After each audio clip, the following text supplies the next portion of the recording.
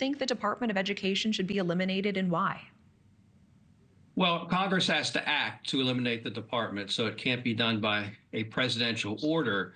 But if you look at, a lot has been said about the K through 12 impact. Most of the money that flows through the Department of Education flows through higher education. And if you look at the last several years, there's been huge inefficiency in the Department of Education, despite the fact that all that money flows through. The federal financial aid process was delayed. It was riddled with errors. The same was true for a mandatory reporting requirement that applied to all colleges and universities. So I think there's a legitimate policy argument to be had whether or not the state should have more control over K through 12. But if you look at the higher education system, there has been huge inefficiency, and I think steps had to be taken. Randi, what is your reply to Trump's executive order? So first, it's great to see Jason, and I love what he's doing in terms of career ed, and we have to actually expand career ed both in terms of K-12 and in terms of higher education. So let's actually put that aside for a second. This is the problem in terms of K-12. And I take Jason's point. I do think that the facet point is right. I mean, the last Department of Education did not do a good job in that transition.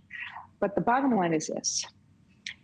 The funding in K-12 is absolutely essential for children, and it goes directly to kids in schools across the country. In Western Pennsylvania, it funds things like lowering class size, paraprofessionals in classrooms, summer school, after school, computers, rural help, all of this stuff. Plus, it funds directly kids who have disabilities, and it funds their help.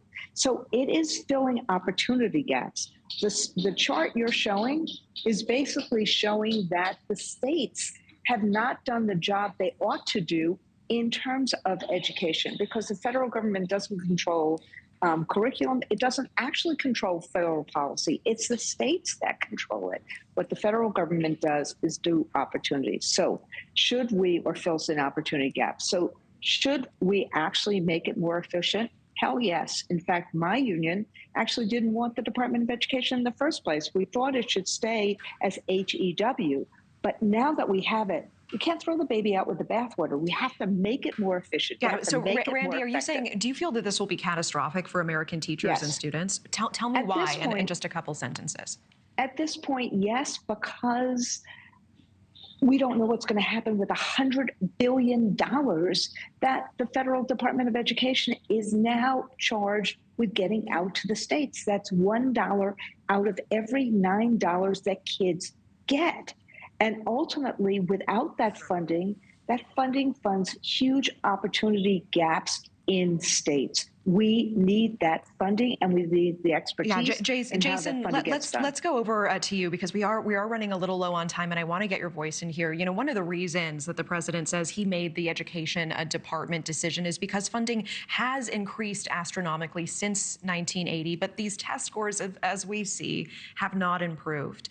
Why do you think that is? Do you think dismantling the education department will fix that?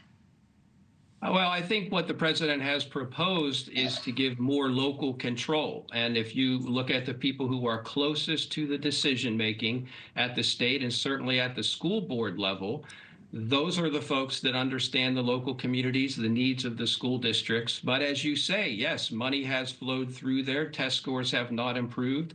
I would say in higher education, hundreds of millions of dollars flow through community colleges, public universities at the state level. You can decide whether or not you think graduation rates are adequate with regard to many of those institutions. But I do think there is a policy argument to be had about having more local control in the decision making. Jason, feelings about closing the department are lopsided. We see a new poll by Fox News showing that shutting down the agency is among the least liked Trump proposals. About 32% in favor, 65% are opposed to this. Why do you think this is?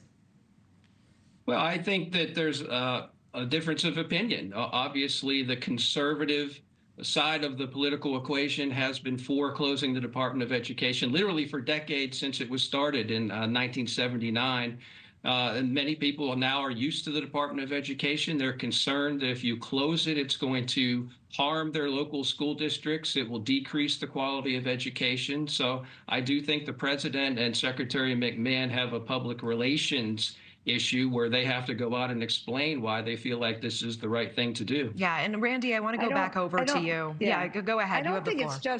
I don't think it's just public relations, Jason. I think the issue is people understand that the federal role was to actually provide the money that states didn't provide, that localities didn't provide, and local school districts rely on this money. The Title I money, the IDEA money, the money for rural schools, these all fill in gaps, and they understand that we really need that. That's why people are opposed to closing the Department of Education. Nobody wants bureaucracy. We want it to be more efficient, but we don't want to lose that money. We don't want poor kids to lose it. We don't want rural kids to lose it. We don't want kids who are taking career tech ed to lose it. We don't want kids who are learning English to lose it. This is what this money goes for, and every parent of kids in schools, in public schools throughout the country, understand what this money goes for, and they don't want to lose it. Okay.